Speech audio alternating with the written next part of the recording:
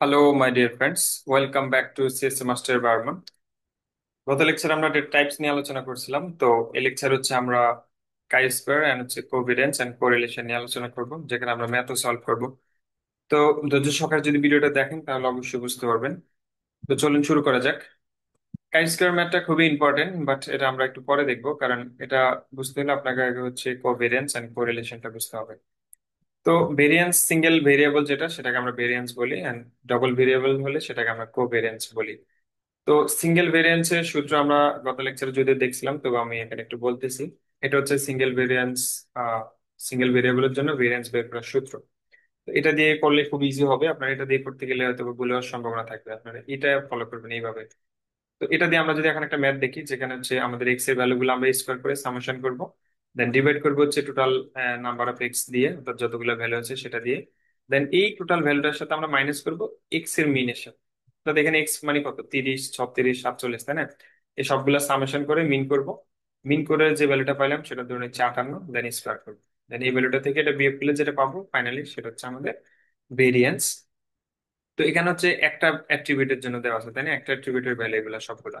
এখন যদি আমাদের দুইটা ডবল ভেরিয়েবলের জন্য বলে, যদি টু ভেরিয়েবলের জন্য বলে, সেটাকে আমরা বলি হচ্ছে কোভেরিয়েন্স।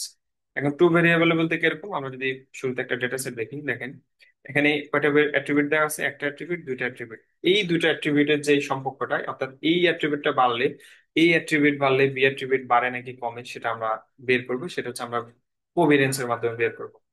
তো পাঁচটা ডেটা আপনি খালি চোখে দেখলে বুঝতে পারবেন, কিন্তু যদি মিলিয়ন মিলিয়ন ডেটা থাকে তখন সেক্ষেত্রে অবশ্যই সূত্র ইউজ করতে হবে। তো সেজন্য আমাদেরকে একটা সূত্র অবশ্যই জানা লাগবে, সেটা হচ্ছে কি covariance of A comma B, অর্থাৎ এ এবং বি এর কোভেরিয়েন্স বের করতে হলে সেটা সূত্রে আপনি এটা অ্যাপ্লাই করবেন, E of A dot B minus A min dot B min. Okay.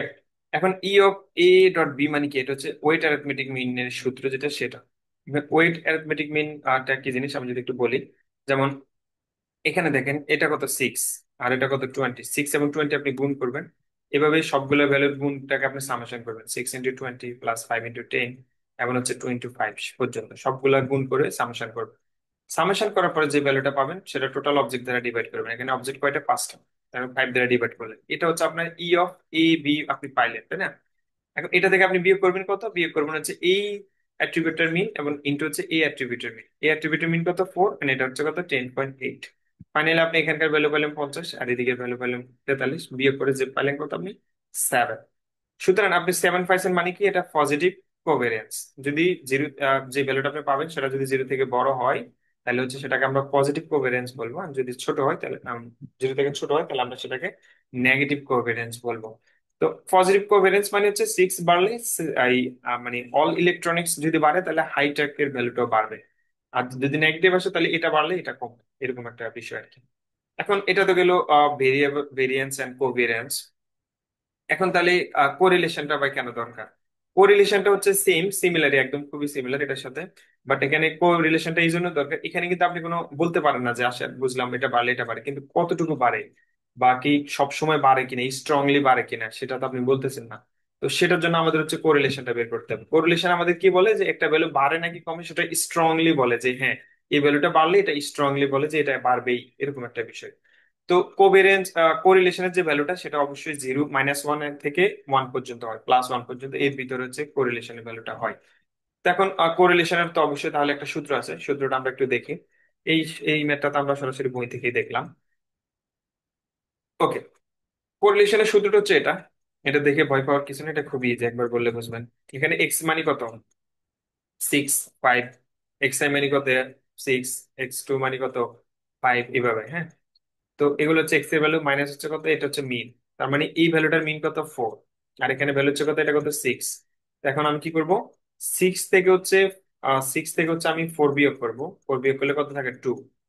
Then into করব আমি হচ্ছে কার সাথে, এই x2 - x2 এর মিন। x2 কত, x2 হচ্ছে কত 20, মানে সেকেন্ড অ্যাট্রিবিউট আর কি।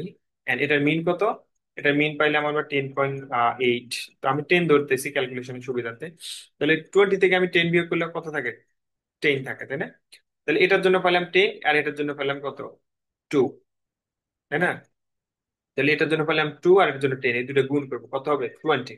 এটা তো গেল কেবল একটা অবজেক্টের জন্য 20 পাইলেন, আপনি এইভাবে এন অবজেক্ট, যতগুলো অবজেক্ট আছে সবগুলো সামেশন করবেন। সুতরাং এটার জন্য 20 পাইলেন, এটার জন্য যা পাবেন তা সামেশন করবেন, এভাবে সবগুলা সামেশন করে পাঁচটা অবজেক্ট সামেশন করে যে ভ্যালুটা পাবেন সেটা হচ্ছে উপরে যেই এটার ভ্যালু ডিভাইড করবেন আপনি কি দিয়ে। ডিভাইড করবেন এখানে এক্স মাইনাস মিন, এক্স মাইনাস মিন মানে কত, এখানে এক্স মিন কত 4, আর এক্স এর ভ্যালু কত 6, তাহলে 6 থেকে 4 গেলে কত 2। দেন এটাকে আবার কি করবেন, স্কোয়ার করবেন, তাহলে 2 কে স্কোয়ার করলে কত হয় 4।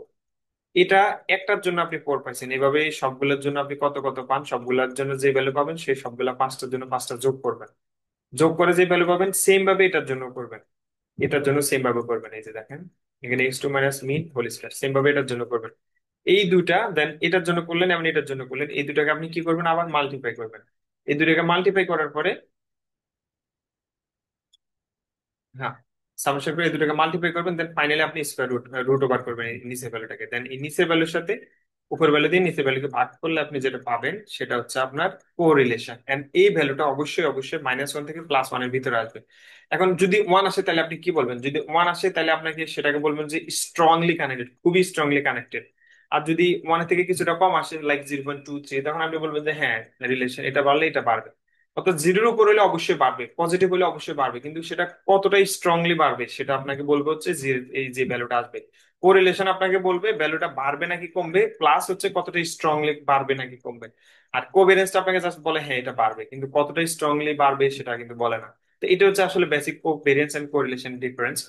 তো এখন এটা তো গেলে আমরা নিউমেরিক ভ্যালুর জন্য পাইলাম। এখন আমরা যদি কোরিলেশন বের করতে যাই সেটা হচ্ছে কার জন্য, আমরা যদি অ্যানালাইসিস, নমিনাল অ্যাট্রিবিউট, হ্যাঁ, correlation analysis of nominal attribute, যদি নমিনাল অ্যাট্রিবিউটের জন্য আমরা বের করতে যাই তখন হচ্ছে আমাদের এই কোভেরিয়েন্স অথবা কোরিলেশন দিয়ে, সেই সূত্র দিয়ে আমরা এটা বের করতে পারবো না, সেটার জন্য আমাদের আলাদা একটা ফর্মুলা আছে সেটাকে আমরা বলি কাই স্কোয়ার, ঠিক আছে। তো যেটা খুবই ইম্পর্টেন্ট, এটা একটু মনোযোগ সহকারে দেখবেন। এখানে কাই স্কয়ার সূত্রটা আমি একটু বলি আপনাদের শুরুতে। সূত্রটা হচ্ছে, আচ্ছা সূত্র বলার আগে আগে ম্যাথটা বলি যে আসলে ম্যাথটা কি জিনিস। কাই স্কয়ার ম্যাথটা হচ্ছে আমরা রিলেশন দেখবো, কিসের রিলেশন। যেমন হচ্ছে আপনাকে একটা ডেটা সেট দেওয়া থাকবে এরকম, এরকম একটা ডেটা সেট দেওয়া থাকবে এখানে, এখানে তো ভ্যালু গুলো আছে। এরকম একটা ডেটা সেট দেওয়া থাকবে যেখানে হচ্ছে আপনাকে কি ভ্যালু দেওয়া থাকবে, আপনাকে হচ্ছে গিয়ে অবজার্ভ ভ্যালু দেওয়া থাকবে, অবজার্ভ ভ্যালু কত এগুলা। এখন এই ডেটা সেটটা কিভাবে মিক্স এখানে দেখতেছে, যেমন হচ্ছে চেস মানে হচ্ছে কি দাবা, দাবা খেলে এবং দাবা খেলে না। এখন যে লোকটা হচ্ছে লাইক সায়েন্স ফিকশন, যে সায়েন্স ফিকশন লাইক করে সে দাবা খেলে, এরকম সংখ্যা হচ্ছে 250 জন। এন্ড যে হচ্ছে সায়েন্স ফিকশন লাইক করে কিন্তু দাবা খেলে না, এরকম সংখ্যা হচ্ছে 200 জন।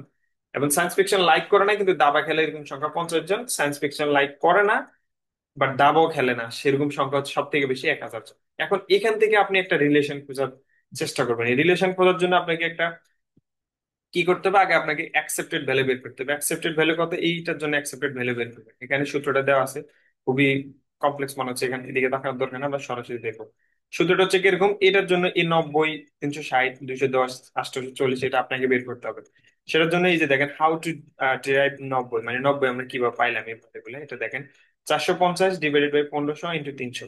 এখন এই 450 আপনি যদি এইটার জন্য বের করতে যান তাহলে আপনাকে কি করতে হবে, এই রো বরাবর সামেশন কত দেখতে হবে। এই রো বরাবর সামেশন হচ্ছে কত 450, ডিভাইডেড বাই ওই সামেশনের টোটাল সামেশন, হ্যাঁ টোটাল সামেশন কত 1500। এই যে ভ্যালুটা পাইলেন সেটার সাথে আপনি মাল্টিপ্লাই করবেন, আপনি কোনটার জন্য বের করছেন এটার জন্য, তাই তো, তার মানে এই কলামের লাস্টে যে সামেশনটা সেটা।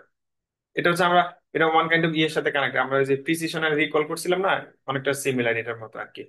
তো এইটা আপনি একটা পেলেন, তাহলে আমি যদি র্যান্ডমলি একটা সিলেক্ট করি লাইক আমি এটার জন্য করবো, তাহলে কিভাবে করবো, এটার জন্য করলে আমার এই রোড সামেশন কত 1050, ডিভাইড করবো টোটাল সামেশন দিয়ে 1500, 1050 50 ভাগ 1500 ইন্টু এই কলামের সামেশন কত 1200 ইন্টু 1200, যে ভ্যালুটা আসবে সেটা হচ্ছে 840। আপনার যদি বিশ্বাস না হয় তাহলে আপনি ক্যালকুলেশন করে দেখতে পারেন। ওকে, তাহলে আপনি এখানে কি পাইলেন, প্রথমত আপনি অবজার্ভ ভ্যালু আপনাকে দেওয়া আছে, আপনি অ্যাকসেপ্টেড ভ্যালু গুলো পাইলেন, দেন আপনি হচ্ছে কি করবেন, জাস্ট সূত্র ইউজ করবেন। সূত্রটা এরকম দেখেন, সূত্রটা হচ্ছে আমাদের এই যে observe value minus accepted value square divided by accepted value. And এগুলো হচ্ছে সবগুলো এন, যতগুলো এন সংখ্যক যদি ভ্যালু থাকে তাহলে এই সবগুলো সামেশন। এখন আমরা হচ্ছে এটা সরাসরি বই থেকে দেখি। দেখেন এখানে হচ্ছে প্রথম ভ্যালুটা কত 250, অবজার্ভ ভ্যালু কত 250, accepted 90 whole square divided by কত অ্যাকসেপ্টেড 90, দেন এটার ভ্যালু সামেশন করবেন, এইভাবে সবগুলো সামেশন করলে ফাইনালি আপনি পাইলেন কত 507.93। এখন এই 507.93 পাইলেন, এটা আপনি কাই স্কয়ার ভ্যালু পাইলেন। এখন এরপর একটু কাজ আছে, কাজটা হলে কি আপনাকে ডিগ্রি বের করতে হবে। ডিগ্রিটা কি, ডিগ্রি আপনি কিভাবে বের করবেন, ডিগ্রি হচ্ছে এখানে আপনি দেখেন তো কয়টা অ্যাট্রিবিউট আছে, দুইটা অ্যাট্রিবিউট, তার মানে কি দুইটা কলাম, তাই না। এই রো কলাম কয়টা, একটা মেল এবং ফিমেল, দুইটা কলাম। হুম, এন হচ্ছে গিয়ে কলাম হচ্ছে কয়টা, দুইটা, রো কয়টা, রো হচ্ছে দুইটা। তার মানে যতগুলা কলাম তার থেকে এক বিয়োগ করবেন, ইনটু যতগুলা রো তার থেকে এক বিয়োগ করবেন, দেন ফাইনালি যেটা হবে সেটা হচ্ছে আপনার ডিগ্রি অফ ফ্রিডম। এখন এই ক্ষেত্রে এটা ওয়ান আসলে এখানে যদি মেল ফিমেল আর একটা যদি আরেকটা কি বলে থার্ড জেন্ডার যদি থাকতো, তাহলে আমার কলাম কয়টা হইতো, কলাম হইতো তিনটা, তাহলে 3 - 1 মানে কত হইতো, 2 হইতো। আর হচ্ছে রো কয়টা, দুইটা, তাহলে 2 - 1 কত, মানে 2 × 1 গুণ করলে কত, 2 হইতো। তার মানে যদি এখানে আরেকটা কলাম বাড়তো তাহলে এখানে ডিগ্রি অফ ফ্রিডম হইতো কত, 2। যেহেতু এখানে দুইটা কলাম দুইটা রো, সুতরাং এখানে ডিগ্রি অফ ফ্রিডম হচ্ছে 1। এখন আসি ডিগ্রি অফ ফ্রিডমটা কেন বের করতে হবে। ডিগ্রি অফ ফ্রিডমটা বের করতে হবে এই জন্য, আমরা এটাকে একটা হাইপোথিসিস ধরতেছি, ঠিক আছে। তো এখানে আপনাকে একটা ভ্যালু বলে দিব, we can reject the null hypothesis of independence at a confidence level of এত।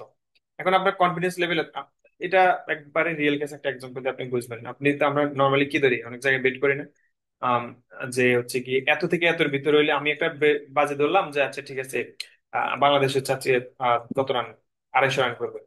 এখন 250 রান তো কখনোই পসিবল না, এটা কোয়াইট ইম্পসিবল, বরাবর 250 হবে না, তাই না? তখন আমরা কি বলি, যে ঠিক আছে আমি 250 বলছি, তো যদি হচ্ছে গিয়ে 245 অথবা বা 250 থেকে 60, 260-এর ভিতরে হলে আমি জিতছি। এটা কি একটা হাইপোথিসিস করে, তাই না?